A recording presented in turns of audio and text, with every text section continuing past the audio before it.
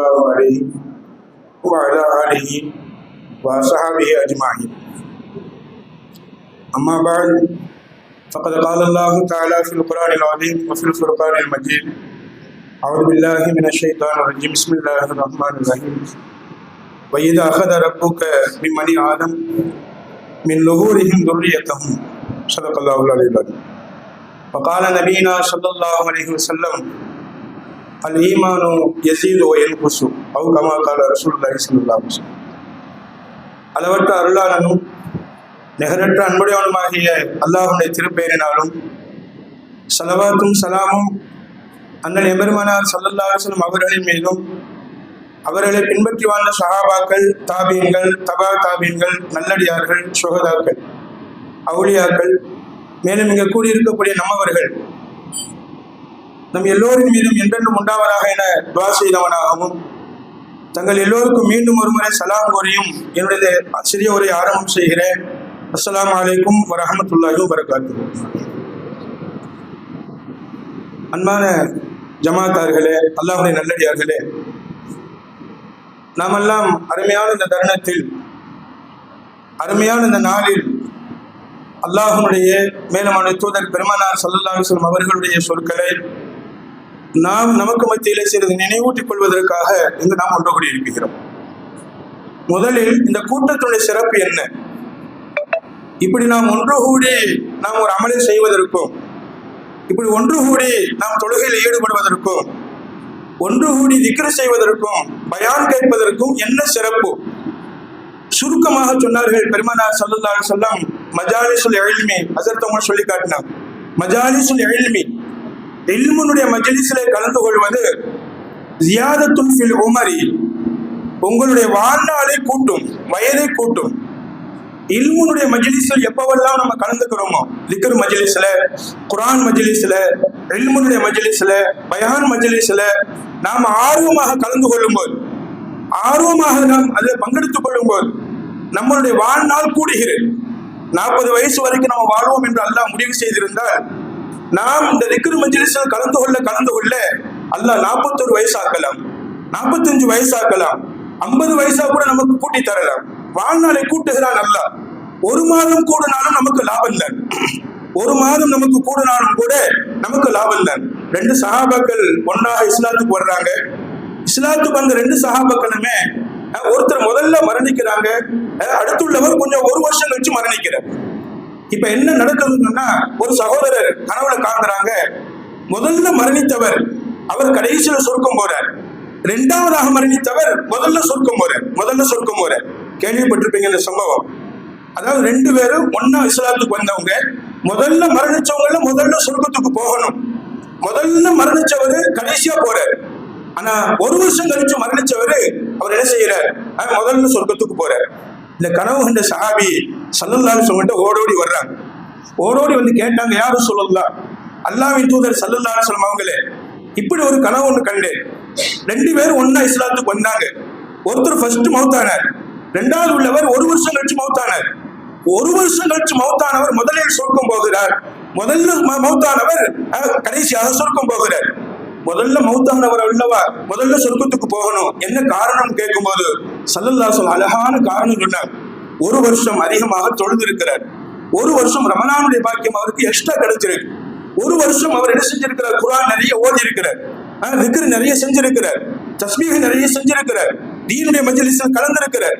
இப்படி நிறைய நன்மைகளை சம்பாதிச்சிருக்கிறார். நன்மைகள் கூட கூட சொர்க்கத்துக்கு போகக்கூடிய பாக்கியங்கள் முந்தும் இன்ஷா அல்லாஹ்.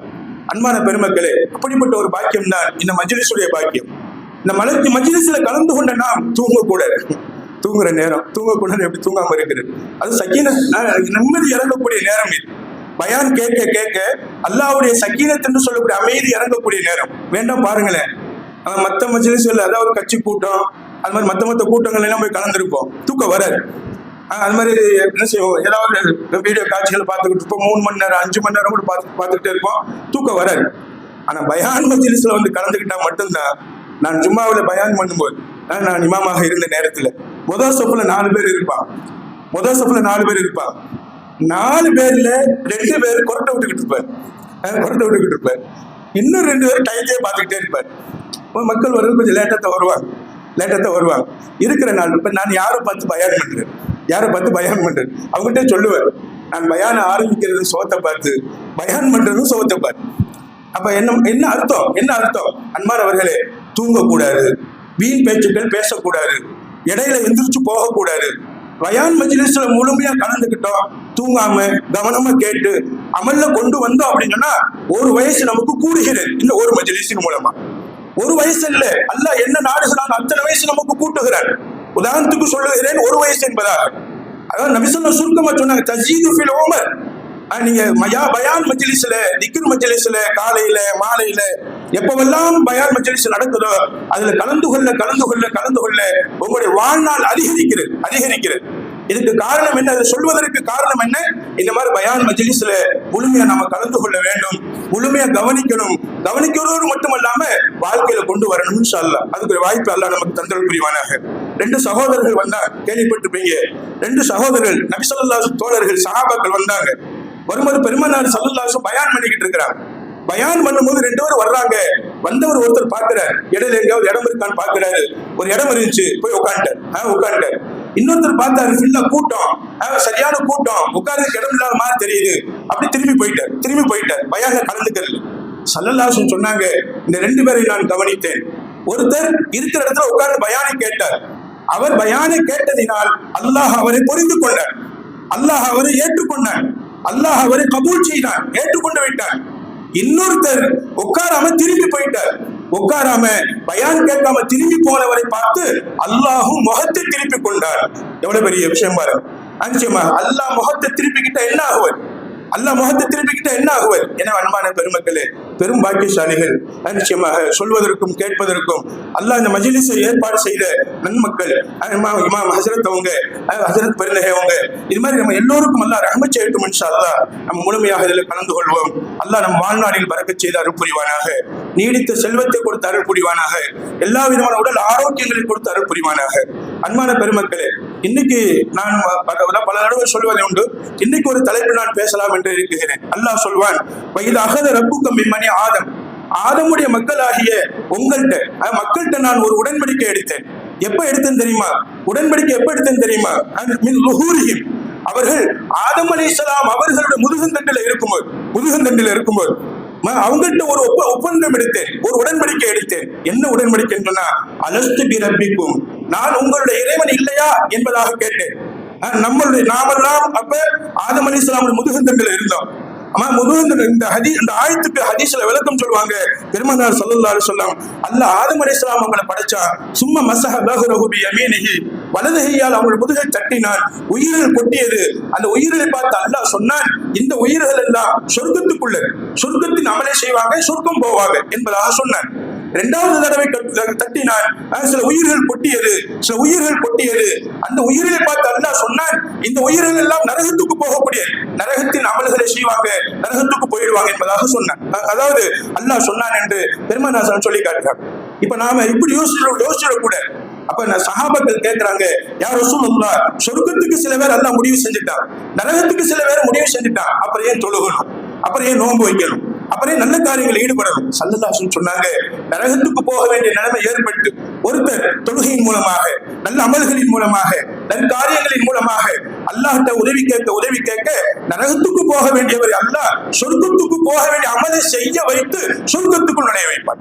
இன்ஷா அல்லாஹ் நாம செய்யலாம், தொழுதோம், அழகாக திக்ர் செய்ய இருக்கிறோம். இன்ஷா அல்லாஹ் திக்ர் செய்திருப்போம்.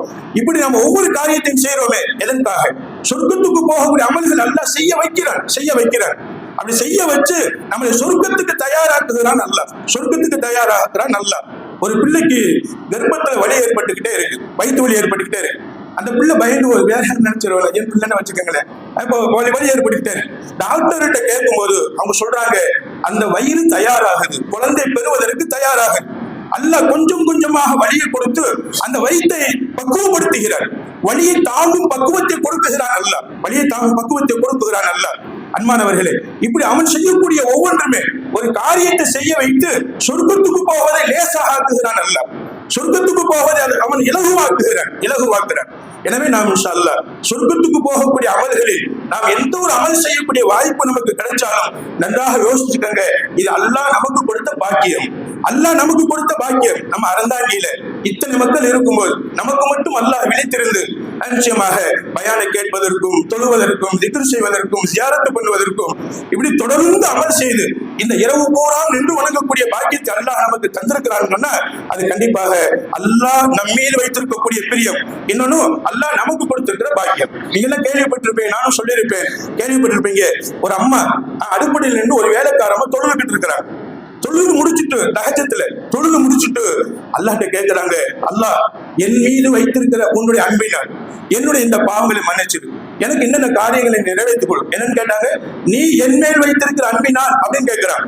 அன்பானவர்களே, அப்ப அந்த எஜமான், அந்த முதலாளி, வீட்டு ஓனர் நிச்சயமாக கிச்சன்ல தொழுது துவா கேட்கிறா இந்த பெண். அந்த வீட்டு ஓனர் அந்த வழியாக போகிறார். இந்த வார்த்தை அவருடைய காதல பட்டுது. ஆஹா, இந்த வார்த்தை சரியா தெரியலையே. அல்லாஹ் நீ என் மேல வச்சிருக்கிற அன்பினால், நீ என் மேல வச்சிருக்கிற பாசத்தினால் எனக்கு என்னென்ன காரியங்கள் பூர்த்தி செய்து கொடு அப்படின்னு அம்மா கேட்குது. அல்லாஹ் இந்த அம்மா மேல எப்படி அன்பு வச்சிருக்காருன்னு அம்மாவுக்கு தெரியும். தொழுது முடிக்கிற வரைக்கும் அவர் இருந்துட்டு என்ன செய்யறாரு, அந்த பிள்ளைகிட்ட கேட்கிறாரு, அந்த வேலைக்கார பொண்ணுகிட்ட கேட்கிறாரு, அம்மா நீ கேட்டது தவறு, நீ துவாவில் கேட்டது தவறு. அல்லாஹ் உன் மேல எப்படி அன்பு வச்சிருக்கிறான்னு உனக்கு தெரியும். நீ இப்படி கேட்க வேண்டும், அல்லாஹ் நான் உன் மேல வைச்சிருக்கிற அன்பினால், நான் உன் மேல வைச்சிருக்கிற பாசத்தினால், நான் உன் மேல வைத்திருக்கிற பதிவினால், அந்த பிரியத்தினால் அல்லாஹ் எனக்கு என்னென்ன காரியத்தை நீ நிறைவேற்றிக் கொடு என்று நீ கேட்கணும். அல்லாஹ் என் மேல வச்சிருக்கிற அன்பினால் எப்படி நீ கேட்க முடியும் அப்படின்னு சொன்னபோது அந்த பொண்ணு சொல்லிச்சா, நமக்கு அழகான ஒரு பாடம். அந்த பொண்ணு சொல்லிச்சா, என்ன முதலாளி அவர்களே, நான் தஹஜ்ஜத் நேரத்துல என்னை எழுப்பி விட்டு, என்னை தொழுக வை, என்னை துஆவில் ஈடுபட வை, திக்ரில் ஈடுபட வை, என்னை இவ்வளவு அருமையான காரியங்கள் ஈடுபட வைத்திருக்கிறானே அல்லாஹ், உங்களை தூங்க வைத்து விட்டு நீங்க தூங்குறீங்க, உங்க மனைவி தூங்குறாங்க, உங்களோட பிள்ளைகள் தூங்குறாங்க, எல்லாரையும் தூங்க வச்சுட்டு என்னை எழுப்பி விட்டு தொழுக வச்சிருக்கிறானே, என்னையும் தூங்க வச்சிருக்கிறான் ரப்பு, ஆனா என்னையும் தொழுக வச்சிருக்கிறானே, அப்ப அவன் என் மேல வச்சிருக்கிற அன்பு தானே, அவன் என் மேல வச்சிருக்கிற பாசம் தானே, எனவே இப்படி கேட்டேன் என்பதாக அந்த அம்மா சொல்லிடலாம். எனவே அன்பானவர்களே, அல்லாஹ்வுடைய அன்பு நமக்கு தேவை, அல்லாஹ்வுடைய பாசம் நமக்கு தேவை. இப்ப அல்லாஹ் தன்னுடைய அன்பை கொட்டுவதற்காக வேண்டி, தன்னுடைய அன்பை கொடுப்பதற்காக வேண்டி அந்த நேரத்துல கேட்கிறான், உயிராக இருக்கும்போது கேட்கிறான். நான் பல தடவை சொல்வது உண்டு, வயசு என்பது இந்த உடம்புக்கு அல்ல, அதான் உடம்புக்குத்தான் வயசு என்பது இந்த உடம்புக்குத்தான், உயிருக்கு அல்ல. உயிருக்கு வயசு கிடையாது. ஏன் உசுறு, உங்களோட உசுறு, நம்ம ஐயாவோட உசுறு, நம்ம நபி ஸல்லல்லாஹு அலைஹி வஸல்லம் உசுறு, ஆதம் அலைஹிஸ்ஸலாத்தை படைத்த நாளிலேயே நம்ம உயிர் படைக்கப்பட்டு விட்டு, நம்ம உயிருக்கு வயசு எத்தனை தெரியாது. எத்தனை கோடி நாட்கள், எத்தனை லட்சம் நாட்கள், எத்தனை ஆயிரம் நாட்கள், இத்தனை ஆயிரம் நாள் தான் தெரியாது. என்று ஆதம் அலைஹிஸ்ஸலாம் அவங்களுடைய உசுரை படைச்சானோ அன்னைக்கே நம்மளோட உசுரையும் படைச்சிட்டான் அல்லாஹ். அதாவது மிஷ்காத் ஷெரீஃப்ல ஒரு பாடம் வரும். அந்த மிஷ்காத் ஷெரீஃப்ல இந்த ஹதீஸை விட்டு ஒரு பாடம் ஒன்று வரும். என்ன பாடம் சொன்னா, அல்லாஹ் தஆலா ஆதம் அலைஹிஸ்ஸலாம் அவங்களை படைச்சு முதுக தட்டி உயிர்கள் எல்லாம் கொட்டினதுக்கு பின்னாடி ஆதம் நபியை கூப்பிட்டார். ஆதம் இங்க வாங்க அப்படி கூப்பிட்டான், இங்க பாருங்க அப்படின்னா பார்த்தா அதுல உயிர்கள் பூரா இருக்கு, எல்லா உயிரும் இருக்கு. அந்த உயிர்களை பூரா பார்க்கிறாரு ஆதம் அலைஹிஸ்ஸலாம்.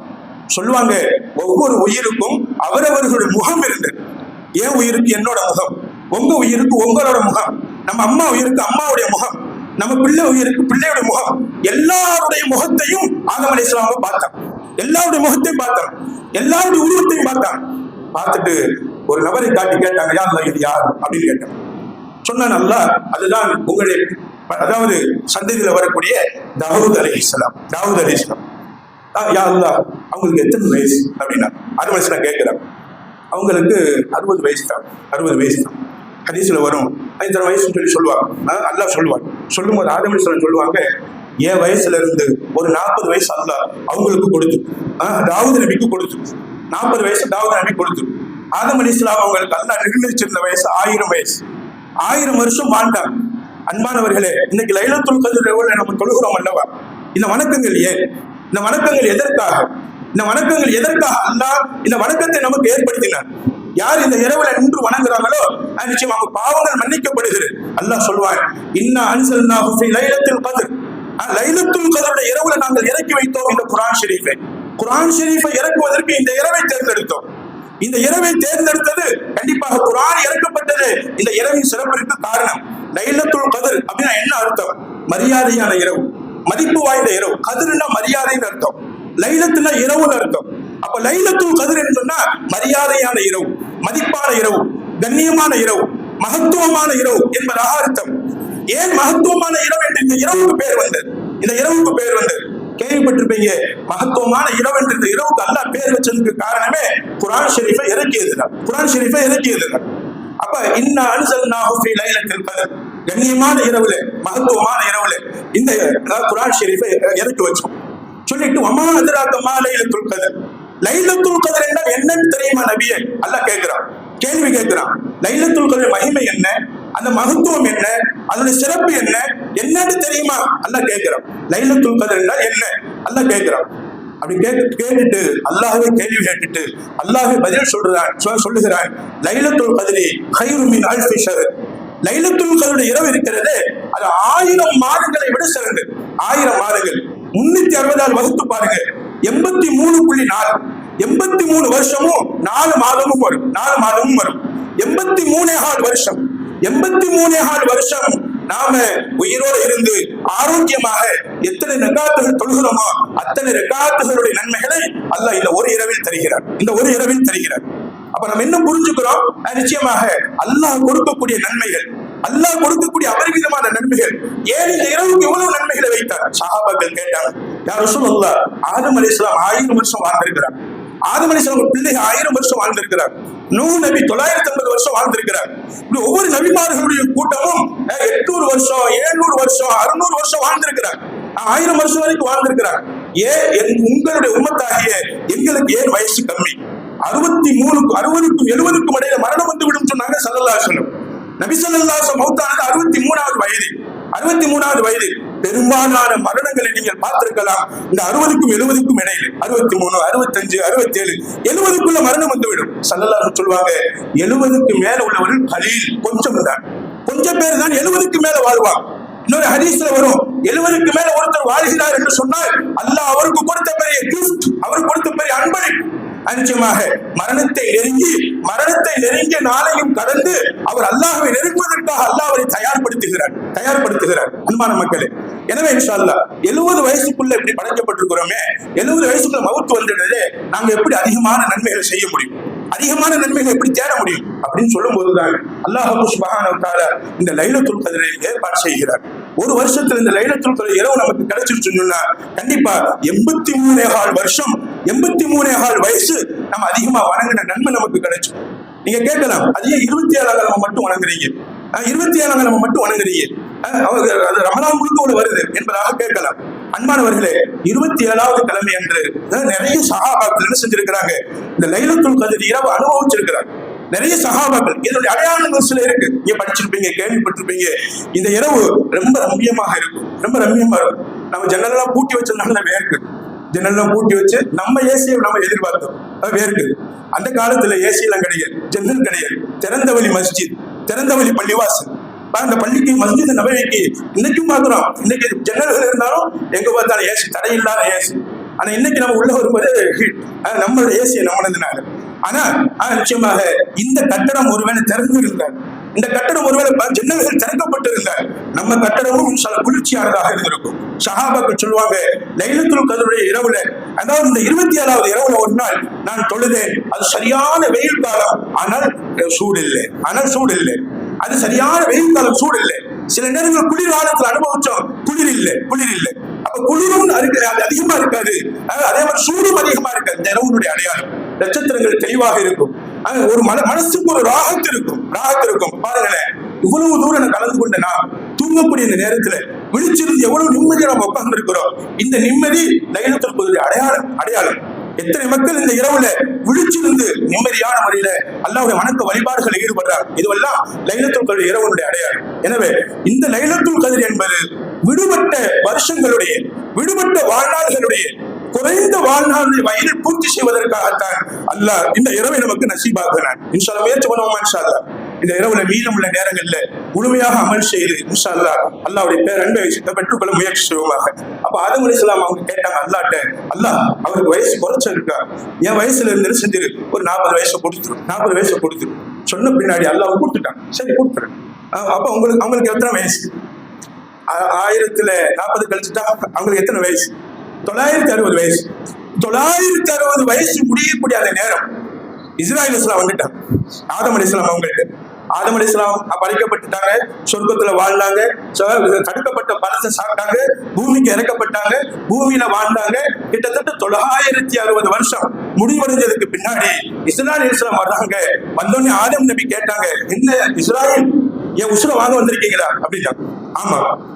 என்ன உங்களுக்கு தெரியாதா, அல்லாஹ் எனக்கு 1000 வருஷத்தை கொடுத்திருக்கிறான், 1000 வருஷத்தை கொடுத்திருக்கிறான். ஆதம் நபி இஸ்ராயேல் அலைஹிஸ்ஸலாம் கேட்டான், 1000 வருஷத்தை கொடுத்திருக்கிறான் அப்படின்னு கேட்டபோது இஸ்ராயேல் அலைஹிஸ்ஸலாம் சொன்னாங்க, என்ன ஆதம் மறந்துட்டீங்களா, உங்களுக்கு வருஷம் 1000 தான், ஆனா தாவூத் நபிக்கு நீங்க 40 வருஷத்தை கொடுத்துட்டீங்க, அப்ப 40 கழிச்சுட்டு 960 தானே.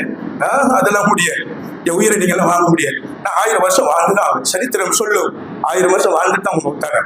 அதனால நபி ஸல்லல்லாஹு அலைஹி சொல்லுவாங்க, ஆதம் அலைஹிஸ்ஸலாம் அவங்க கொடுத்த வாக்குக்கு மாறு செய்தாங்க. மனிதனுடைய இயல்பும் கொடுத்த வாக்குக்கு மாறு செய்வதில்லை. நிறைய இடங்கள்ல மனைவிட்டு ஒரு வாக்கு கொடுத்திருப்போம், அல்லது நம்ம வீட்டுல ஒரு வாக்கு கொடுத்திருப்போம், பிள்ளைகிட்ட வாக்கு கொடுத்திருப்போம், நோம்பு வை, உனக்கு சைக்கிள் வாங்கி தரு, நோம்பு வச்சிருவான். நோம்பு வச்சு முடிச்ச பின்னாடி இல்ல நீ நோம்பு வைக்கிறத நான் சைக்கிள் வாங்கி தரேன்னு சொன்னேன். அப்ப வாக்கு மீறுறோம். வாக்கு மீறக்கூடிய தன்மை ஆதம் நபியின் மூலமாக வந்தது.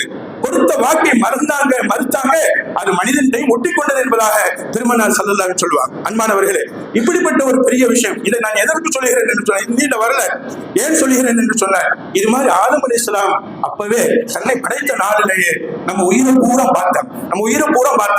உயிரை பூரா பார்த்தது மட்டுமல்லாம ஒவ்வொரு உருவத்தையும் பார்த்தாங்க. ஹதீஸ்ல வருகிறது, கேட்டாங்க, யா அல்லாஹ், இவர் ஏன் கருப்பா இருக்கிறார், இவர் ஏன் வெள்ளையா இருக்கிறார்? ஆதம் அலைஹிஸ்ஸலாம் அல்லாஹ்ட்ட கேட்கிறாங்க, தான் பிள்ளைகள் அல்லவா, தன்னுடைய சந்ததிகள் அல்லவா கேட்கிறார், இவர் ஏன் கருப்பா இருக்கார், இவர் ஏன் வெள்ளையா இருக்கிறார், இவர் ஏன் நெட்டையா இருக்கிறார், இவர் ஏன் குள்ளமா இருக்கிறார், எல்லாத்தையும் ஒரே மாதிரியா படைச்சிருக்கலாம் அல்லாஹ்ட்ட கேட்டார்.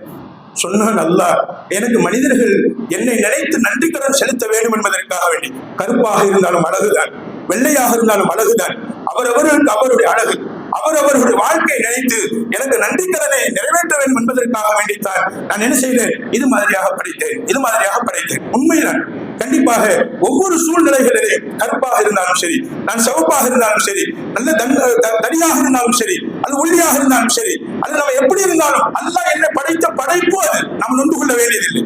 ஒரு பிள்ளை, அதாவது புதுக்கோட்டையில நான் இமாம் சென்ற ஒரு ஊர்ல, ஊர் பேர் வேண்டியதில்லை, அந்த ஊர்ல ஒரு பிள்ளை, கணவன் கல்யாணம் முடிஞ்சிருச்சு, கணவன் மனைவியை வாழ்ந்ததுக்கு குழந்தையும் பிறந்துருச்சு. இந்த பிள்ளை வெள்ளேன்னு இருக்கும், அந்த கணவர் கொஞ்சம் கருப்பா இருப்பார், பிள்ளை பிறந்துருச்சு, பிள்ளை கணவர் மனைவி கருப்பா பிறந்திருக்கிறார். இப்ப அந்த பிள்ளை அழுகுது அம்மாட்டு, எனக்கு எப்படி இந்த குழந்தை கருப்பா பிறக்கலாம், என் வீட்டுக்கார் வெள்ளை, அதாவது நான் வெள்ளையாவோட இருக்கிறேன், என் வீட்டுக்கார் கருப்பா இருக்கிறேன், கருப்பா இருந்தாலும் எந்த மாதிரி பிறக்கும், ஏன் அழுகு. இதே பிரச்சனை ஸல்லல்லாஹு அலைஹி வஸல்லம் வந்துருச்சு. ஒரு சஹாபி போய் கேட்டான், யார் ரசூலல்லாஹ், நான் வெள்ளைன்னு இருக்கிறேன், என் மனைவி கருப்பு குழந்தையை பெற்றெடுத்திருக்கிறார், அப்ப என் மனைவி தப்பு செஞ்சுட்டான்னு நான் நினைப்பதா, நான் என்ன செய்வது அப்படின்னு கேட்கும்போது ஸல்லல்லாஹு அலைஹி வஸல்லம் அழகா விளக்கம் கூறினார், சரியா விளக்கம் கூறினார். எப்ப உங்க வீட்டுல ஒட்டகம் இருக்குதா? இருக்கு. கருப்பு ஒட்டகம் இருக்குதா? இருக்கு. கருப்பு ஒட்டகம் குட்டி போட்டிருக்கா?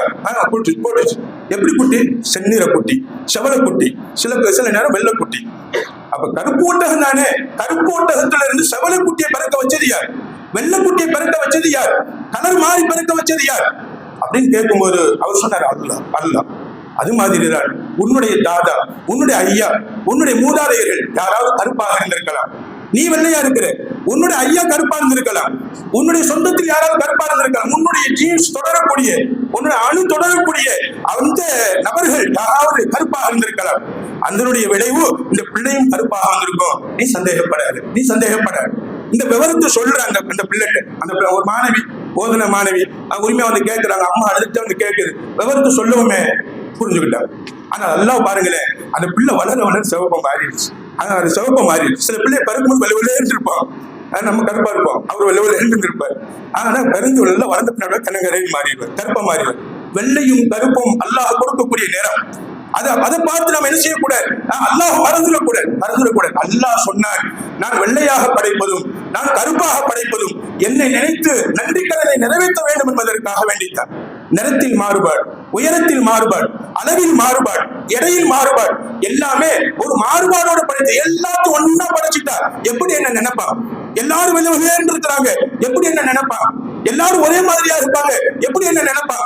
எனவே அதாவது உருவத்தில் வேறுபாடு, நிறத்தில் வேறுபாடு, அதாவது இடையில் வேறுபாடு, இதையெல்லாம் படைத்தது எனக்கு நன்றி செலுத்த வேண்டும் என்பதற்கு தான் என்பதை அல்லாஹ் நினைவுபடுத்தினான். இதை ஏன் சொல்கிறேன் என்று சொன்ன அன்பான பெருமக்களே, ஆதம் அலைஹிஸ்ஸலாம் அவங்க படைத்த அன்னைக்கு நாமளும் உயிரோட இருந்திருக்கு, நம்ம உயிர் இருந்திருக்கு. எனவேதான் உயிருக்கு வயசு கிடையாது, நம்ம உடம்புக்கு மட்டும்தான் வயசு. உயிருக்கு எத்தனை ஆயிரம் வருஷம் அல்லாஹ் அறிந்தவன். உயிருக்கு அழிவும் கிடையாது, உயிருக்கு அழிவும் கிடையாது. என்னைக்கு உயிரை அல்லாஹ் படைச்சாலும் சில யூதர்கள் போய் கேட்டாங்க நபிட்ட, என்ன பெரிய உயிருங்கிறீங்களே, எங்க உயிரை பத்தி சொல்லுங்க பார்ப்போம் அப்படின்னு கேட்டான். உயிரை பத்தி கொஞ்சம் விளக்குங்க பார்ப்போம் அப்படின்னு கேட்டான். அன்பான பெருமக்களே, ஸல்லல்லாஹு அழகா விளக்குனாங்க. அதாவது விளக்குறதுக்கு முன்னாடி அல்லாஹ்வுடைய ஆயத்தை எதிர்பார்த்தாங்க. அல்லாஹ் என்ன விளக்குன்னு சொல்றாங்க, அல்லாஹ் சுருக்கமா சொல்லிட்டான். குலிர் ரூஹு மின் அம்ரி ரப்பி, குலிர் ரூஹு மின் அம்ரி ரப்பி. உயிர் என்பது என்னுடைய உத்தரவில் உள்ளது, என்னுடைய அத்தாட்சியில் உள்ளது, என்னுடைய கட்டளையில் உள்ளது. உயிரை வைத்து என்னை புரிந்து கொள்ள வேண்டும். உயிரை என்னைக்காவது பார்த்திருக்கிறோமா? உயிரை என்னைக்காவது நம்ம கண்டிருக்கிறோமா? உயிரை பார்த்தது உண்டா? உயிரை நீ எப்படி பார்க்க முடியாது? உயிரை நீ எப்படி பார்க்க முடியாது? கண்ணினால் உணர முடியும், காதினால் உயர முடியும், ஹார்ட் துடிப்பினால் உயிர் இருக்கிறது என்பதை தெரிய முடியும், நாடி துடிப்பினால் உயிர் இருக்கிறது அறிய முடியும். ஆனாலும் கூட அந்த உயிரை அறிய முடியுமே தவிர உயிரை பார்த்தது யாரும் கிடையாது, ஒருத்தரும் கிடையாது. உயிர் இருக்கிறதை எப்படி நாம நம்புறோமோ, உணர்கிறோமோ, இதே மாதிரி அது பார்க்கலையோ, உயிரை பார்க்கல ஆனா நம்புறோம். அது மாதிரிதான் அல்லாஹ் நாம பார்க்கல ஆனா நம்பணும். இதற்காகத்தான் அந்த உயிர் என்பது என் கண்ட்ரோலில் உள்ளது. என்னை உணர்த்துவதற்காக, என்னை அறிவதற்காக, என்னை அறிந்து வணங்குவதற்காக அந்த உயிரை நான் படைத்திருக்கிறேன் என்று அல்லாஹ் சொல்வார். எனவே அன்பான பெருமக்களே, உயிர் என்பது அவ்வளவு மகத்துவமான. சில வீடுகளில் கேள்விப்பட்டிருப்பீங்க, நம்ம சொந்தங்கள்ல சில நேரங்களில் கேள்விப்பட்டிருப்பீங்க, பேய் பிடிச்சுக்கிடுச்சு, பிசாசு பிடிச்சி. இப்ப எல்லாரும் வெளிச்சுடுவீங்க, பேய் பிசாசுனாலே ஒரு மொழி பண்றேன், பேய் பிடிச்சுக்கிடுச்சு, பிசாசு பிடிச்சி. திடீர்னு ஐயா வருவார் உடம்புக்குள்ள, நான் வந்திருக்கிறேன், எனக்கு நானே பார்த்திருக்கிறேன். சில ஊர்ல பேர் பிடிச்சுட்டு என்னை கூப்பிட்டு விடுவாங்க, போவேன், போயிட்டு உட்காந்துருப்பேன். அது ஒரு அம்மா மேல இறங்கிடுச்சு, அதாவது ஊர் பேர் தெரிய வேணாம், பேரும் தெரிய வேணாம், போயிட்டு ஒரு கூப்பிட்டு போயிட்டு, அது தலைவர் வீட்டு மனைவி, தலைவரோட மனைவி கூப்பிட்டா போயிட்டான் ஆகணும். பேய் விரட்டி பழக்கம் இல்லை, பிசாசு விரட்டி பழக்கம் இல்லை, கூப்பிட்டாங்க. போயிட்டு உட்காந்துட்டேன். அந்த அம்மா, அதாவது அவங்க வீட்டுல உள்ள ஒரு மூதாதையர், ஒரு ஐயா வந்திருக்கிறார் நம்ம மேல. எனக்கு இது கேட்குது, சுருட்டு கேட்குது, எனக்கு சுருட்டு வேணும், எனக்கு அது வேணும், எல்லாம் வாங்கி வச்சிருக்கிறேன், சுருட்டு வாங்கி வச்சிருக்கிறேன், பையில வாங்கி வச்சிருக்கிறேன், எல்லாம் வாங்கி வச்சிருக்கிறேன். நான் போய் உட்காந்தேன், அந்த மாதிரி பார்த்தேன், பேய் பிடிச்சிருக்கு, பிசாசு பிடிச்சிருக்கு, உட்காந்துட்டேன். பத்தராசுர ஓர ஆரம்பிச்சிட்டேன். அந்த மாதிரி என்னை பார்த்து அப்படியே சிரிக்கேன். பக்கத்தில் உட்காந்துருக்கிறேன். அப்பதான் அந்த ஊருக்கு போய் சேர்ந்த புதுசு பக்கத்துல உட்காந்துருக்கிறேன். அதுதான் முதல் அனுபவம் கூட. நான் பக்கத்துல உட்காந்து ஓதிக்கிட்டே இருக்கிறேன். என்ன அசத்து அப்படின்னுச்சு, எனக்கு தூக்கி வாரி போடுச்சு. ஆனா நான் பேசாம ஓதிக்கிட்டே இருக்கிறேன். அப்ப அந்த மாதிரி சொல்லுது, நீங்க பேசிட்டேன்னா நான் போக மாட்டேன்னு உங்களுக்கு தெரியுமோ, அப்பதான் எனக்கு தெரியும் பேசக்கூடாது அப்படின்னு. நம்ம அந்த பேயை விரட்டும் போது பேசக்கூடாதுங்கிறது அந்த அம்மா சொல்லித்தான் எனக்கு தெரியும், அந்த பேய் சொல்லித்தான் எனக்கு தெரியும். அதாவது நீங்க பேசிட்டீங்கன்னா நான் ஓதுனம்மா அப்படின்னு ஏதாவது சொல்லிட்டா அது போகாத. பேய் விரட்டக்கூடிய பேசவே கூடாது, ஓதிக்கிட்டே இருக்கணும். அப்ப ஓதிக்கிட்டே இருக்கும்போது இன்னும் கண்டிப்பாக திடீர்னு ஓதிக்கிட்டே இருந்தேன், திடீர்னு ஆண்டு எந்திரிச்சு அப்படி மயக்க மட்டும் கீழே விழுந்துச்சு. கொஞ்சம் நேரம் சுப்பாவாயிடுச்சு. அவருடைய பெரிய கிருபை. அதுல இருந்து அவங்க என்ன சொன்னாங்க, அதுக்காக பேய் ஓட்டிட்டு நினைக்காதீங்க, ஏதோ ஒரு அசட்டு தைரியம் போய் உட்காந்து ஓதுனேன். நபி ஸல்லல்லாஹு அலைஹி வஸல்லம் ஹதீஸ் இருக்கு, பக்ரா சூரா ஓதுனா ஷைத்தான் வர மாட்டான். பக்ரா சூரா ஓதுற வீட்டுக்குள்ள ஷைத்தான் செய்வின வராது. பக்ரா சூரா ஓதுற வீட்டை விட்டு பேய் ஓடி போகும், நபி ஸல்லல்லாஹு சொல்லி இருக்கிறார். அந்த ஒரு தைரியத்துல ஓதுன உடனே நல்லா ஷிஃபா வாங்கிட்டான். அதுக்கு பின்னாடி அல்ஹம்துலில்லாஹ் அந்த பக்ரா சூரா ஓதி தண்ணீரை கொடுக்குறது, நல்லா இருக்கும், முழுமையா ஷிஃபா வாங்கிட்டா இன்னைக்கு நல்லா இருக்கிறான்னு வைங்களேன். நல்ல பிரியமான குடும்பம், நேசமான குடும்பம், நல்ல மனுஷன் நிச்சயமாக. அப்ப ஓதிப்பார். இப்ப நான் எதுக்கு சொல்ல வருகிறேன்னு சொன்னா, உண்மையிலேயே ஐயாவுடைய உயிர் தான் அந்த அம்மாவுடைய ரூஹுக்குள்ள புகுந்துச்சா, உடம்புக்குள்ள புகுந்துச்சா? அப்படி ஒரு உயிர் இன்னொரு உயிருக்குள்ள போக முடியுமா? ஹயாத்துல் ஹயவான் என்று கிதாபில் எழுதி காட்டுவாங்க, உயிரை பத்தி எழுதி காட்டுவாங்க. ஒரு உயிரும் சேர முடியாது, செத்து போனவருடைய உயிரோடு இருக்கக்கூடிய ஒரு உயிரும் சேர முடியாது. அதுக்கு ஒரு உதாரணம் கூறி காட்டுவாங்க, ஒரு பவராக எரியக்கூடிய, அதான் வேற ஒரு உதாரணம் காட்டுவாங்க. நான் உங்களுக்கு விளங்குவதற்காக சொல்லுகிறேன். 2 வால்ஸ்ல ஓடக்கூடிய ஒரு கடிகாரம், 2 பவர் தான் இருக்கணும், 2 பாயிண்ட் தான் இருக்கணும். 2 பாயிண்ட்ல ஓடக்கூடிய ஒரு கடிகாரத்துல 4 பாயிண்ட் உள்ள சக்தி உள்ள பேட்டரியை போட்டார். 2 பாயிண்ட்ல அந்த கடிகாரம் ஓடணும். அதுக்கு 4 பாயிண்ட் பவர் கொடுத்தவங்க கை கடிகாரம். கை கடிகாரத்துக்கு கொஞ்சம் பவர் தான் இருக்கணும், கொஞ்சம் பேட்டரி. அந்த கை கடிகாரத்திற்கு நீங்க சுவத்துல மாட்டக்கூடிய கடிகாரத்துடைய பேட்டரியுடைய பவரை நீங்க கொடுத்தா என்ன ஆகும்? கை கடிகாரத்துடைய காயில் அத்து போகும், அந்த காயில் வெடிச்சு போகும். அப்ப இன்னொரு பவர் கூறும்போது காயில் எப்படி உடைஞ்சு போகுதோ இதே மாதிரிதான் ஒரு உயிருக்குள்ள, ஒரு உடம்புக்குள்ள இன்னொரு உயிர் புகுந்தால் அந்த உடம்பு வெடிச்சு போகும், அந்த உடம்பு வெடிச்சு போகும். அன்பானவர்களே, உயிர் போக முடியாது. அப்ப அந்த பேய் யார்? அப்ப அந்த பிசாசு யார்? அப்ப அந்த பேய் எங்க இருந்து வந்துச்சு? அன்பானவர்களே, விளக்கம் நான் முன்னாடி சொல்லியிருப்பேனே தெரியவில்லை, பல இடங்களை நானும் சொல்லணும், விளக்கத்துக்காக சொல்லுகிறேன், கேட்டுக்கங்க. நாம வயிற்றுக்குள்ள உருவான போது, தாயின் வயிற்றுக்குள்ள நம்ம உருவான போது அல்லாஹ் சுப்ஹானஹு வ தஆலா ஒரு அற்புதமான நிகழ்த்தி காட்டுகிறார். ஒவ்வொரு பயானும் நானும் சொல்லியிருப்பேன். ஒரு மலக்கை அல்லாஹ் தொப்புள் வழியாக ஒரு மலக்கை கர்ப்பத்துக்குள்ள அனுப்புகிறார், தாயின் கர்ப்பத்துக்குள்ள அனுப்புகிறார். உங்க வீட்டு பிள்ளைகளை நீங்க பார்த்திருப்பீங்க, மாசமா இருக்கும்போது, அவங்க நிறமாசமாக இருக்கும்போது, அல்லது உயிர் கொடுக்கப்பட்டதுக்கு பின்னாடி அந்த குழந்தை இங்கிட்டு மாறுவது, இந்த பக்கம் மாறுவது, அப்படி முண்டுவர், உதைப்பது, அத்தா மேல ஏத்துறான், அத்தா கீழே ஏத்துறான், அடிவயத்துல ஏத்துறான், அத்தா கால் பகுதி கீழே இருக்கு போல, கால் பகுதி மேல இருக்கு போல. இப்படி எல்லாம் பிள்ளைகள் சொல்வதை நமக்கு மனைவிட்டு கூட கேட்டுக்க மாட்டோம். ஆனா பிள்ளைகள் சொல்வதை நம்ம கேட்கிறோம். அது முண்டு போது அவங்க சந்தோஷம், நல்ல வலிக்குது. அந்த வலியை சந்தோஷம் சிரிச்சுக்கிட்டு பாக்குறோம். தன் கணவன்கிட்ட காட்டு, இங்க பாருங்க, முன்றதை பாருங்க. முண்ட வைப்பது யார்? அல்லாஹ். அதைத்தான் அங்கே பார்க்க சொல்கிறார். நீ அல்லாஹ்வை அறிந்து கொள், அல்லாஹ்வை தெரிந்து கொள். அந்த குழந்தையை முண்ட வைப்பது யார்? ஒரே சைடாக குழந்தை முண்டாமல் இருந்தால் அந்த குழந்தைக்கு ஏதோ பிரச்சனைன்னு அர்த்தம், கர்ப்பத்துல ஏதோ பிரச்சனைன்னு அர்த்தம். ஒரு நாள் 2 நாளைக்கு மேல முண்டாமல் இருந்தா உடனே ஆஸ்பத்திரிக்கு வர சொல்றாங்க. ஏன்? கர்ப்பத்துக்குள்ள ஏதோ பிரச்சனை.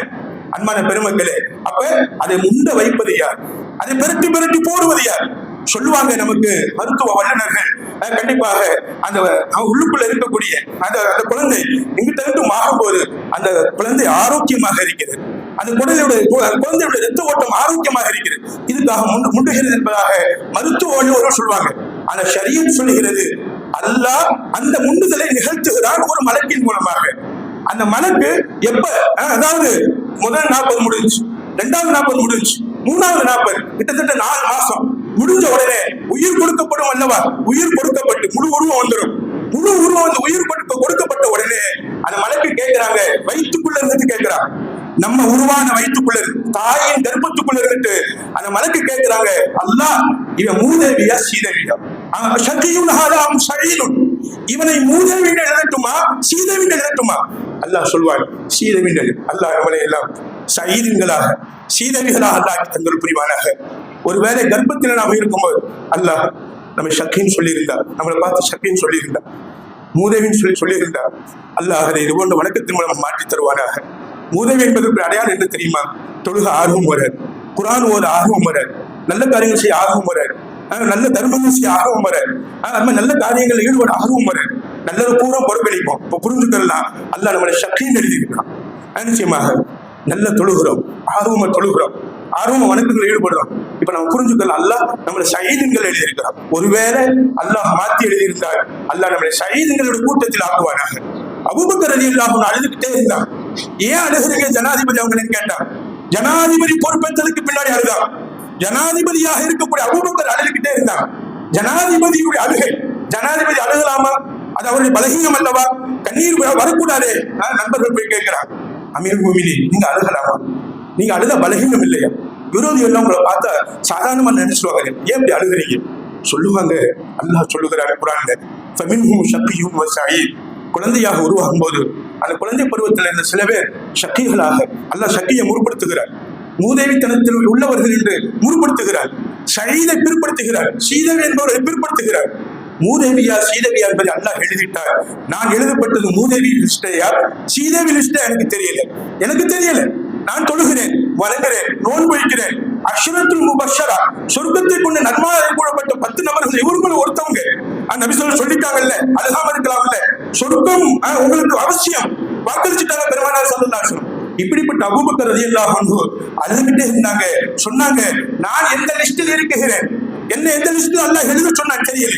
நினைச்சு அழுதாங்க. எனவே அல்லாஹ்ட்ட நாம கேட்கணும், அல்லாஹ் அல்லாஹும்ம ஜஅல்னா ஃபி ஹாதா ஷஹரி ஷரீஃப் ஃபி ஹாதா ஷஹரி ஷரீஃபி மின ஸுஅதாஇல் மக்பூலின். அல்லாஹ் நம்ம அஜத்து கேட்பான், அல்லாஹ் எங்களை எல்லாம் அந்த மாதத்துல சயீதின்களில் நற்பாக்கியவான்களில் ஆக்கி வைப்பாயாக. வலா தஜஹன்னா அப்படின்னு சொல்லிட்டு யா அல்லாஹ் யா அல்லாஹ் யா அல்லாஹ் 3 தடவை சொல்லும்போது பெரியவர்கள் சொல்லுங்க. எப்படி தெரியாது, பழக்கம் நினைக்கிறேன் எல்லா பள்ளியிலுமே இந்த யா அல்லாஹ் 3 நம்ம ஜமாத்தர்கள் எல்லாம் சேர்ந்து சொல்றோம், சேர்த்தவங்க சொல்லுவாங்க. அப்ப நம்ம மனசு அப்படி கிடுகிடுன்னு இருக்கும். இதுக்கு என்ன அர்த்தம் தெரியுமா? வலா தஜஹன்னா யா அல்லாஹ் யா அல்லாஹ் யா அல்லாஹ் 3 தடவை சொல்லி அல்லாஹ்வே அல்லாஹ்வே அல்லாஹ்வே எங்களை ஆக்கி விடாதே மினல் அஷ்கியாயில் மத்ரூதி அல்லது மினல் அஷ்கியாயில் மர்தூதி. மத்துருதினாலும் மருதூதினாலும் ஒரே அர்த்தம் தான். விரட்டப்படக்கூடிய தூக்கி எறியப்படக்கூடிய மூதேவிகளுடைய கூட்டத்தில் அல்லாஹ் பாக்கியமற்றவர்களுடைய கூட்டத்தில் எங்களை ஆக்கிவிடாதே என்று அசத்து கேட்கும் போது நாம் எல்லாம் சேர்ந்து யா அல்லாஹ் யா அல்லாஹ் சொல்லி அதற்கு ஆமீன் சொல்கிறோம். இன்ஷா அல்லாஹ் அல்லாஹ் நம்ம எல்லாம் சயீதுகள் கூட்டத்தில் ஆக்குவானாக. ஏன் சொல்கிறேன் தெரியுமா? இது எங்க நிகழு தாயின் கருவறைக்குள்ளே நிகழ்கிறது. அப்ப தாயின் கருவறைக்குள்ள உருவாகும் போது என்ன செய்யப்படுகிறது? அவர் நல்லவரா கெட்டவரா, அவர் எப்படிப்பட்டவர், அவர் வாழ்நாள் என்ன, அவர் அனுபவிக்கக்கூடிய ரிஸ்குகள் எவ்வளவு, அவர் சம்பாதிக்கக்கூடிய சம்பாத்தியம் எவ்வளவு, எல்லாம் அந்த கருவறைக்குள்ளே அந்த மனைவி கேட்டு என்ன செய்கிறார்? அவர் தலையில ஊதி விடுகிறார். தலையெழுத்தாக அவருக்கு தெரிவித்து விடுகிறார். குழந்தையாக இருக்கும்போது அதை தெரிந்து கொண்டுதான் நாம் பிறகுகிறோம். அல்லாஹ் சொல்லுகிறான், அலஸ்து பி ரப்பிக்கும் என்று நான் கேட்டேன், நீங்க எல்லாம் ஏன் இல்லையா அல்லாஹ் என் இறைவன் தான் என்று சொன்னீங்க, ஆனால் என்னை மறந்து வாழ்றீங்க பாருங்களே, என்னை படைத்தது நீதான் அல்லாஹ் சொல்லிட்டு என்ன மறந்து வாழ்றீங்க பாருங்களே, இதை பார்த்து ஆச்சரியமாக இருக்கிறது.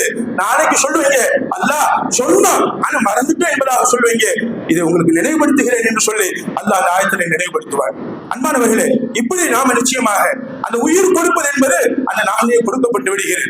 அந்த உயிர் கொடுத்த நேரத்திலேயே அல்லாஹ் ஒரு மலக்கு உள்ள கொண்டு வந்திருந்தானா, உள்ள கொண்டு வந்த உடனே அந்த மலக்கு உள்ளுக்குள்ளே இருக்கிறார். அந்த மலக்குக்கு பேர் தான் ஹஃபலா.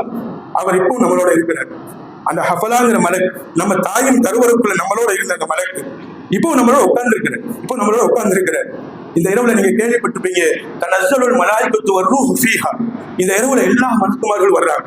ரஹ்மத்துடைய மலக்குமார்கள், அதாபுடைய மலக்குமார்கள், எல்லா மலக்கும் வர்றாங்க. வந்து ஜிப்ரீல் அலைஹிஸ்ஸலாம் தலைமையில வர்றாங்க. வந்தவங்க எல்லா முஸ்லிம்கள் வாழக்கூடிய இடத்துக்கும் போறாங்க. பிரிந்து போய் என்ன செய்யறாங்க? எல்லாருக்கும் துவா செய்யறாங்க. ஒரு ஹதீஸ்ல வரும், அதாவது ஜிப்ரீல் அலைஹிஸ்ஸலாம் அவங்களுடைய உத்தரவுப்படி எல்லா மலக்கும் இந்த இரவுல அல்லாஹ்வை வெளித்திருந்து தொழக்கூடியவங்களுக்கு கை கொடுக்குறாங்க. கை கொடுப்பதனுடைய அடையாளம் என்ன? நம்முடைய மேடி சிலிர்ப்பது. திடீர்னு பார்த்தா நம்ம மேடி சிலிர்ப்போம், முடி அப்படி நட்டிக்கிறோம். சரி, ஒரு உணர்வு. அப்ப புரிஞ்சுக்கலாம், மலக்கு நமக்கு கை கொடுத்திருக்கிறார். எப்படி மலக்க பார்க்க முடியாது, கை கொடுத்ததையும் பார்க்க முடியாது. கை கொடுத்ததுடைய அடையாளம் என்ன? நம்ம உடம்புல தெரியும். இன்ஷா அல்லாஹ் இந்த இரவுல அதை உணரக்கூடிய பாக்கியத்தை தந்தல்வானாக. திடீர்னு உடம்பு குழுக்கும், திடீர்னு பார்த்தா மேய்ச்சில் இருக்கும், புல்லரிக்கும். அப்ப நினைச்சுட்டாங்க, நம்ம கூட எப்போ மலக்குமார் ஒருத்தர் இருக்கிறாங்க, சிறப்பான மலக்குமார்கள் வந்து நமக்கு கை கொடுக்குறாங்க. இன்ஷா அல்லாஹ் அந்த உணர்வு ஏற்படுச்சுன்னா அல்லாஹ்வுக்கு நன்றி செலுத்திக்கங்க. இன்ஷா அல்லாஹ் அல்லாஹ் நமக்கு பரக்கத் செய்வான், நிறைய ரஹ்மத்து செய்வான். இன்ஷா அல்லாஹ் அல்லாஹ் அந்த பாக்கியத்தை எனக்கு உங்களுக்கு நசீபாக்கி தந்தல்வானாக. ஏன்னா அன்பானவர்களே, இப்படி குழந்தைய 10 மாசம் சுமக்குறாங்க. 10 மாசமே அந்த மலக்கு உள்ள இருக்கிறாங்க. பிறக்கும் போது குழந்தையாக நாம் தாயின் கருவறையிலிருந்து வெளியேறும் போது ஆபரேஷன் பண்ணி பிறக்கிறோமோ, அல்லது தாயினுடைய நிச்சயமாக சிறுநீர் வரக்கூடிய பகுதியிலிருந்து வெளியேறுகிறோமோ, எந்த பகுதியிலிருந்து நம்ம வெளியேறினாலும் குழந்தையாக நாம பிறக்கக்கூடிய அந்த நேரத்தில் பிறந்த உடனே 2 நிகழ்ச்சி நடக்குது. மிஷ்காத் ஷரீஃபில் வருகிறது. மலக்கு கிள்ளுகிறார், பிறந்த குழந்தையை மலக்கு கிள்ளுகிறார். ஏன் சொன்னா, அந்த குழந்தைக்கு காது கேட்குதா, அந்த குழந்தை நாவுக்கு பேசுமா, அந்த குழந்தை உடல் உள்ள குழந்தையா அப்படிங்கிறத பெற்றோர்கள் தெரிய வேண்டும் என்பதற்காக வேண்டி, பெற்றோர்கள் அறிய வேண்டும் என்பதற்காக வேண்டி மலக்கும் தொடையில கிள்ளுவான், வலது தொடையில. ஷைத்தான் இடது தொடையில கிள்ளுவான். மலக்கு கிள்றது வலிக்காது. மலக்கு கிள்ளும்போது நம்ம அழுக மாட்டோம், குழந்தை அழுகாது. ஷைத்தான் கிள்ளும்போது அழுவோம். ஏன் வித்தியாசம் உங்களுக்கு புரியும். சில வீடுகளில் பார்த்துருப்பீங்க, தாய் குழந்தையோட முகத்தை போட்டு அப்படியே கொஞ்சுவாங்க, இப்படி கிள்ளி கொஞ்சுவாங்க. ஆனா ஒரு தரம் கண்ணத்துல இருக்காது. அதே நம்ம குடும்பத்துல சில முரடானவங்க இருப்பாங்க, அவங்க வேணும்னே பிடிச்சி அந்த பிள்ளை அழுகுனே பிடிச்சி கொஞ்சுவாங்க. கொஞ்சம் பின்னாடி பார்த்து கண்ணம்லாம் சிவந்து போயிடும். அந்த பிள்ளை வீறிட்டு அழுகும். தாய் கிள்வதற்கும் மற்றவர்கள் கிள்வதற்கும் அங்கே வித்தியாசம் உண்டு. தாய் கிள்வது வலிக்காது, தாய் கிள்ளி கொஞ்சுவது வலிக்காது. கொஞ்சலினால் கிள்ளுகிறாள் தாய். மற்றவர்கள் கிள்ளுவது அழகினால் அல்லது நம்ம ஈர்ப்பினால் அது ஏதோ காரணத்தில் கிள்ளி கொஞ்சம் கூட கசக்கி புழுந்து கொஞ்சம் கூட அன்பானவர்களே. ஆனால் கொஞ்சம் அது அழுக ஆரம்பிக்கும். ஷைத்தான் அந்த குழந்தையை வலிக்கும்படி கிள்ளுவான். ஸல்லல்லாஹு அலைஹி சொல்லுவாங்க, ஒவ்வொருத்தரையும் எல்லாரையுமே ஷைத்தான் கிள்ளி இருக்கிறான். சஹாபாக்கள் கேட்டாங்க, யாரும் சொல்லல உங்களையுமா அப்படின்னு கேட்டாங்க. ஆமா, என்னன்னா கிள்ள வந்தான், ஆனா எனக்கு அவன் வழிபட்டு விட்டார். எனக்கு அவன் வழிபட்டு விட்டார், என்ன அவன் தீண்டல. அதாவது என்ன கிள்ள வந்தான், கிள்ற நிகழ்ச்சியா ஏற்பட்டுருச்சு. என்னையும் தான் நானும் தான் அதில் அகப்பட்டுக் கொண்டேன். ஆனால் அவன் எனக்கு கொஞ்சம் வழிவிட்டு விட்டார். என்னைக்கு நோவின தரும்படி கிள்ளல, எனக்கு கஷ்டம் தரும்படி கிள்ளல, எனக்கு கொஞ்சம் அதாவது அடிவடித்து போய்விட்டார். அஸ்லம் சொன்னா எனக்கு வழிபட்டு போய்விட்டார் என்பதாக சொன்னார். இப்படி அந்த ஷைத்தான் என்ன செய்யறான், பிறந்த உடனே நம்மளை ஒட்டிக்கிறான். இப்ப சொல்லுங்களேன், நம்மளோட இருக்கிறது எத்தனை பேர்? இப்ப இருக்கிறது எத்தனை பேர் நம்மளோட இருக்கிறது? இப்ப நம்ம ஒரு 10 பேர் இருக்கிறோம்னா, நம்ம 10 பேர்ல 2 கூட்டிக்க ஒவ்வொருத்தருக்கும். அப்ப 3 பேர், ஒவ்வொருத்தரும் 3 பேர். ஒரு பக்கம் வலது பக்கம் மலக்கு இருக்கிறாங்க, இன்னொரு பக்கம் ஷைத்தான் இருக்கிறான், இன்னொரு பக்கம் ஷைத்தான் இருக்கிறான். மலக்கு ஒரு பக்கம், ஷைத்தான் ஒரு பக்கம். இப்ப சொல்லி பாருங்க, யோசிச்சு பாருங்களேன். என்னுடைய வலது பக்கம் ஒரு மலக்கு இருக்கிறான், என்னுடைய இடது பக்கம் ஒரு ஷைத்தான் இருக்கிறான். இந்த ஷைத்தான் எப்ப இருந்து என்னோட இருக்கிறான்? சொல்லுங்களேன் பெரியவங்க. இந்த ஷைத்தான் என்னோட எப்ப இருந்து இருக்கிறான்? நான் பிறந்ததில் இருந்து, தாயின் கருவறையிலிருந்து வெளியானதில் இருந்து இந்த ஷைத்தான் என்னோட இருக்கிறார். அப்ப என் தாய் யார்? என்னுடைய தந்தை யார்? என்னுடைய ஐயா யார்? என் வீட்டில் உள்ளவர்கள் யார்? என் பேர் என்ன? என் வீட்டில் என்ன பிரச்சனை? என் வீட்டுல என்ன நடக்குது? எல்லாம் அந்த ஷைத்தானுக்கு தெரியும். எல்லாமே அந்த ஷைத்தானுக்கு தெரியும். நல்லா யோசிச்சு பாருங்க. நிச்சயமாக இப்ப ஒருத்தர் மரணிச்சுட்டார், மூத்தாயிட்டார். மரணிச்ச உடனே இந்த மரணித்தவருடைய ரூஹ் இருக்கிற ஆலமுல் அர்வாஹ்னு ஒரு இடம் இருக்கு. ரூஹுகள் வாழக்கூடிய இடம், சூட்சும உலகம் என்று சொல்லுவாங்க. அந்த உலகத்தை நம்ம பார்க்க முடியாது. நல்லவர்களுடைய உயிரும் அங்கே இருக்கிறது, கெட்டவர்களுடைய உயிரும் அங்கே இருக்கிறது. கேள்விப்பட்டிருப்பீங்க மேராஜுடைய சம்பவத்துல, ஆதம் அலைஹிஸ்ஸலாம் அவங்களுக்கு முன்னாடி 2 உயிர்களோட கூட்டம் இருந்துச்சு. வலது பக்கம் உள்ள உயிர்களை பார்த்து சிரிச்சாங்க, இடது பக்கம் உள்ள உயிர்களை பார்த்து அழுதாங்க. நபி ஸல்லல்லாஹு அலைஹி வஸல்லம் கேட்டாங்க, ஏன் சிரிக்கிறாங்க, ஏன் அழுகுறாங்க? கேட்டபோது சொன்னாங்க, ஜிப்ரீல் அலைஹிஸ்ஸலாம், வலது பக்கம் உள்ளவர்கள் எல்லாம் உங்களுடைய உம்மத்தில் உள்ளவர்கள், சொர்க்கம் போகக்கூடியவர்கள். இடது பக்கம் உள்ளவர்கள் எல்லாம் நரகம் போகக்கூடியவர்கள். நரகம் போகக்கூடியவர்களை பார்த்து அழுகிறாங்க, சொர்க்கம் போகக்கூடியவர்களை பார்த்து சிரிக்கிறார். ஆதம் அலைஹிஸ்ஸலாம் சிரிக்கக்கூடிய அந்த வலது பக்கம் ரூஹ் இருக்கக்கூடிய கூட்டத்தில் அல்லாஹ் நம் எல்லோரையும் ஆக்கி அருள் புரிவானாக. அன்பானவர்களே, அன்பான மக்களே, அன்பான கண்ணியவான்களே, இப்ப என்ன நடக்குதுன்னு சொன்னா, இந்த ஷைத்தான் இருக்கிறானே, இவன் என்ன செய்யறான் அப்படின்னு சொன்னா, நம்மளோட இருக்கிறான், நம்மளோட வளர்ந்தவன் ஆளாகிறான். நாம எத்தனை வயசுல வாழ்றோமோ அத்தனை வயசு நம்மளோட இருக்கிறான். மௌத்தாகும் போது நம்மளோட இருக்கிறான். மௌத்தான நேரத்தில் அஹ்மது பின் ஹம்பல் ரஹ்மத்துல்லாஹ் கேள்வி அழுகிறான். மௌத்தான நேரம் யார்? அஹ்மது பின் ஹம்பல் ரஹ்மத்துல்லாஹ் 4 மதுஹபுல ஹம்பலி மதுஹபுல இமாம், பெரிய சூஃபி மகான். அவங்க கடைசி நேரத்தில் அழுதாங்க. அப்ப கேட்டாங்க மாணவர்கள், பிள்ளைகள் பக்கத்துல இருந்தவங்க கேட்டாங்க, ஏன் தான் அழுகிறீங்க? ஏன் உஸ்தாத் அழுகிறீங்க? நீங்க அல்லாஹ்வுக்கு பொருத்தமா வாழ்ந்திருக்கிறீங்க, அல்லாஹ்வுக்கு பிடித்தமா வாழ்ந்திருக்கிறீங்க, சொர்க்கம் போறது உறுதி, நிறைய நன்மைகள் செஞ்சிருக்கிறீங்க, ஏன் அழுகணும் அப்படின்னு கேட்ட போது அஹ்மது பின் ஹம்பல் ரஹ்மத்துல்லாஹ் சொல்லுவாங்க, என் உயிர் வெளியாகிறதுக்குள்ள, என் உயிர் தொண்டக்கூடிய வழியாக அப்படிமா உயிர் போறதை நீங்க பார்த்திருப்பீங்க. சக்கராத் நிலையில பெருவரிலிருந்து இருந்து உயிர் பிரியும், கொஞ்சம் கொஞ்சமா உயிர் பிரியும். உயிர் போயிருச்சாங்கிறத யாராவது டாக்டர் வந்து பாக்குறாங்கடா, முதல்ல காலத்தை தொட்டு பார்ப்பாரு, அது ஐஸ் மாதிரி ஆயிடும், உயிர் பெரிய ஐஸ் மாதிரி ஆயிடும். அப்ப உயிர், அதாவது உடம்பு கூட இதுவரைக்கும் ஐஸ் மாதிரி ஆயிடும். அணுவாக உயிரை பிரிப்பான் அல்லாஹ். காலிலிருந்து உயிர் பிரிக்கும் போதுதான் நம்ம நினைப்போம், இந்த காலினால் எத்தனை இடத்துக்கு பாவமான காரியங்களுக்கு நம்ம நடந்து போயிருக்கிறோம். அப்பதான் நினைப்போம். நிச்சயமாக ஒவ்வொரு உறுப்பாக உயிரை கலட்டி எடுப்பான் அல்லாஹ். அப்பதான் ஒவ்வொரு உறுப்பு மூலமா என்னென்ன பாவம் செஞ்சோம் எல்லாம் நமக்கு ஞாபகம் வரும். ஆனா மன்னிப்பு கேட்க வாய்ப்பு இருக்காது. அல்லாஹ் மன்னிக்கவும் மாட்டான். அந்த நேரத்துல மன்னிப்பு கேட்டா மன்னிக்கவும் மாட்டான். உயிர் போற நேரத்துல மன்னிப்பு கேட்கிற ஒண்ணு மன்னிக்க மாட்டேன்னு சொல்லிடுவான் அல்லாஹ். அன்பான பெருமக்களே, ஒவ்வொன்றாக கலட்டி எடுப்பார். வாய் வழியாக பிரியும், அந்த ரூஹு பிரியும். நிச்சயமாக அந்த ரூஹ் வாய் வழியாக பிரிந்து அது செல்லக்கூடிய இடம் எங்க? நிச்சயமாக நேர அந்த ஆலமுல் அர்வாஹுக்கு போயிடும். சக்கராத்து நிலைமை என்பது சிலருக்கு 1 மணி நேரம், சிலருக்கு 1 நிமிஷம். சில பேரை பார்த்திருப்பீங்க வீடியோ காட்சிகள்ல. ஒருத்தர் புதுக்கோட்டை நினைக்கிறேன், அரப்பன் வயல்ல தொழுதுகிட்டு அத்தஹியாத்துல இருந்தார். வீடியோ காட்சி போட்டிருந்தாங்க. அத்தஹியாத்துல இருந்து அப்படி சாயிர. அப்ப அவருக்கு சக்கராத்துல ஒரு செகண்ட் கூட இல்லை. எவ்வளவு பெரிய பாக்கியம் பாருங்களேன். எல்லாரும் ஆசைப்படுறோம் இந்த மாதிரி தொழுகும் போது நம்ம ரூஹு பிரியன் இன்ஷா அல்லாஹ் நல்ல நிலையில ரூஹு பிரியன்.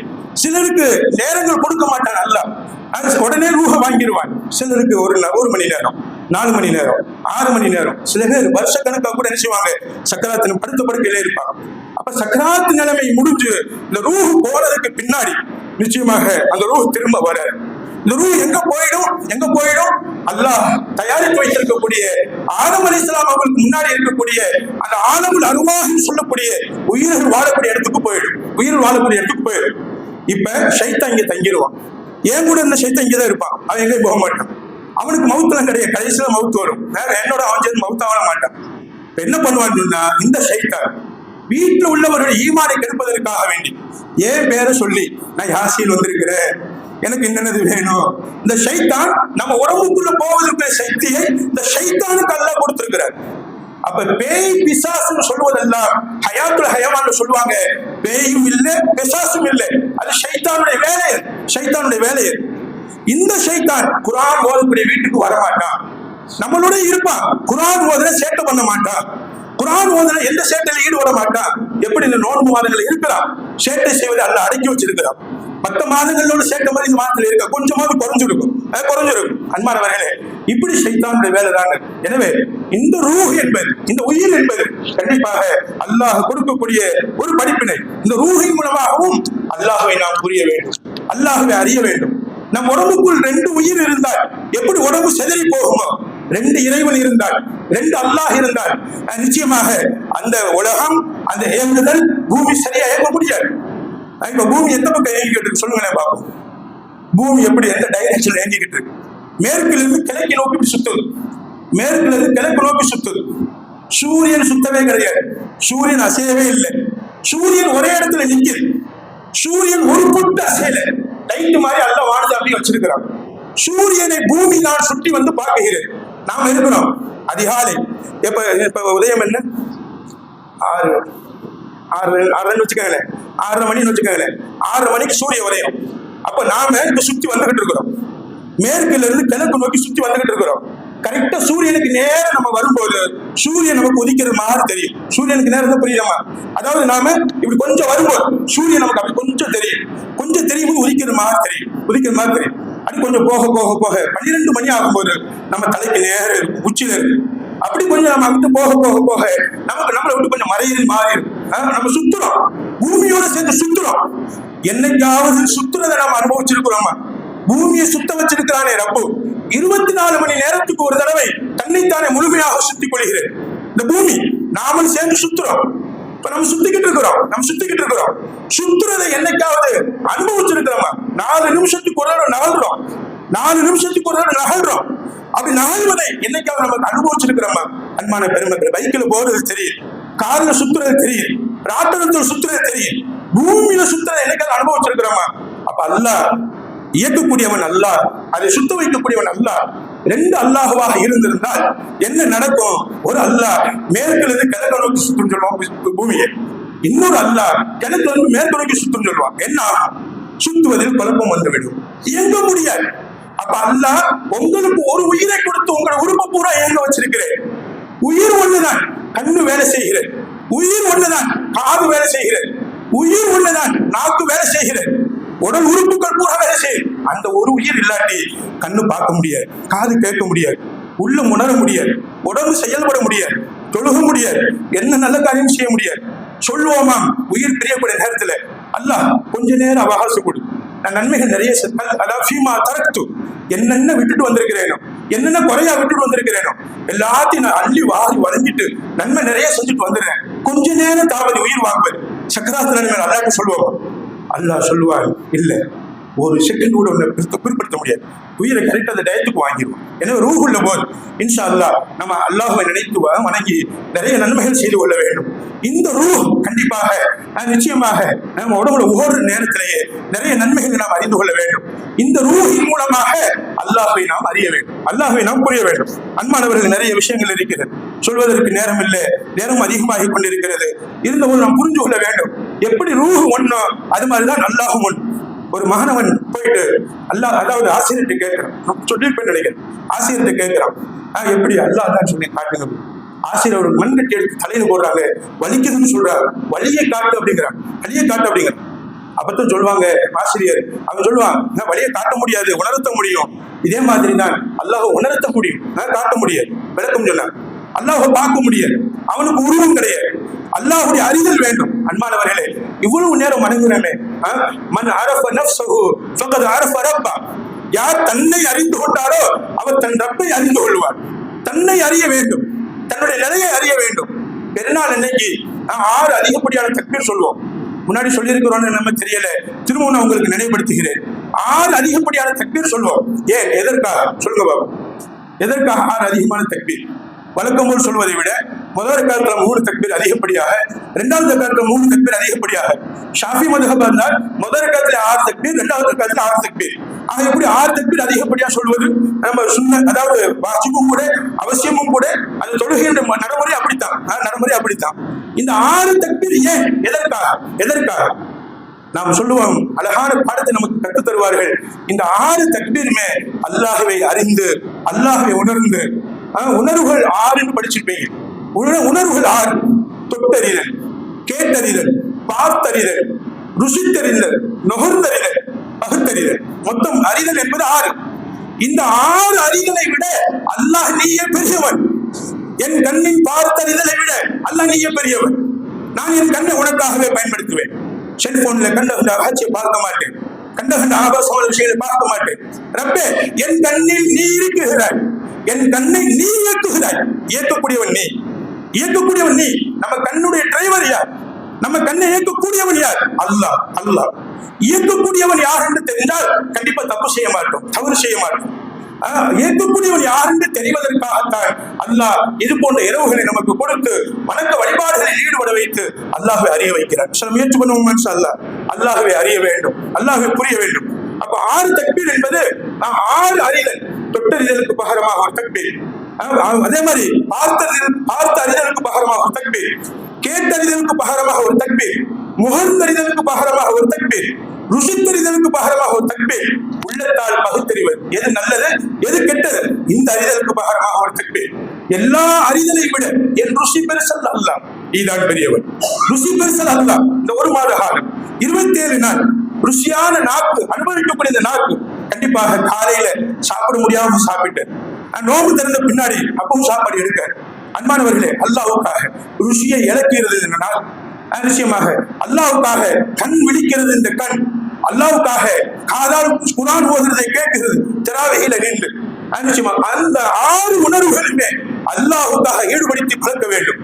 6 உணர்வுகளையும் 6 அறிதல்களையும் அல்லாஹ் தான் இயக்குகிறார் என்பதை மனதில் கொண்டு வந்து விட்டால் எந்த பாவம் செய்ய மாட்டோம். இறை நேசர்களுடைய சஹாபாக்களுடைய முக்கியமான சுருக்கமான விஷயம் இந்த 6 உணர்வுகளை அவங்க கட்டுப்படுத்தினாங்க. என்ன உயர்ந்தார் இன்ஷா அல்லாஹ். அப்படி 6 உணர்வுகளை நாம பக்குவப்படுத்தி வாழும். ஈது பெருநாளையும் கொண்டாடி இன்ஷா அல்லாஹ் நம்மளுடைய எல்லா விஷயங்களிலும் அல்லாஹ்வை அறிந்து, குறிப்பா உயிரை பார்த்து படிப்பினை பெற்று அல்லாஹ்வை புரிந்து நாமெல்லாம் பாடம் பெற்று அல்லாஹ்வை எந்நேரமும் மறக்காமல் நம்ம எந்த நேரமும் வாழ்ந்து, தூங்கும் நேரம் எல்லாம், விழித்திருக்கும் நேரம் எல்லாம் அல்லாஹ்வை நினைத்து வாழ்ந்து அல்லாஹ்வுடைய திருப்தியை பெற்றுக்கொள்ளக்கூடிய வாய்ப்பு அல்லாஹ் எனக்கும் உங்களுக்கும் நசீபாக்கி தந்தல்வானாக. அன்பான பெருமக்களே, அதே மாதிரி வரக்கூடிய அதாவது திருநாள் இப்பவும் புது ட்ரெஸ் உடுத்திருக்கிறோம். எப்படி உடுத்துனீங்கன்னு எனக்கு தெரியல. புது ட்ரெஸ் நீங்க எடுத்து செய்யணும், கையில வைக்கணும். கையில வச்சு அல்லாஹ்வை அந்த ட்ரெஸ்ல அறியணும். அல்லாஹ் சொல்றான், ட்ரெஸ்ஸை கொடுத்தது யார்? நீங்க காசு கொடுத்து வாங்கினீங்களா? நீங்க ஜவுளி கடைக்கு போனீங்களா?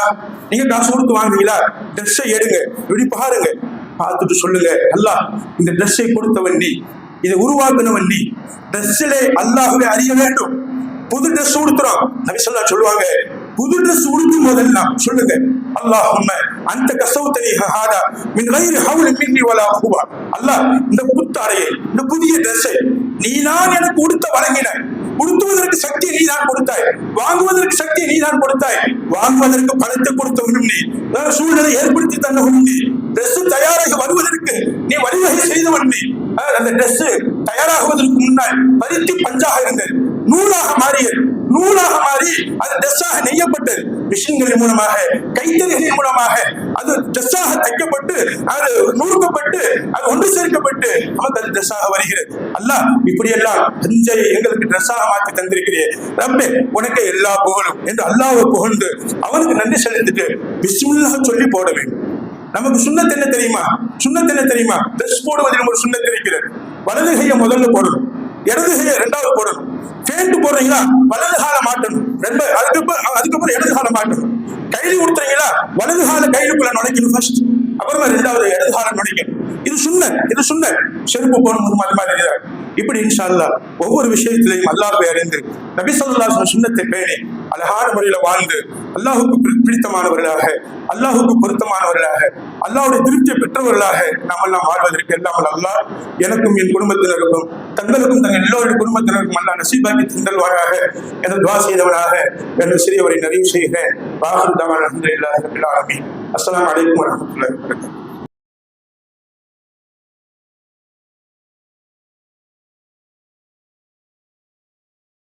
இந்த வீடியோ உங்களுக்கு பிடிச்சிருந்தா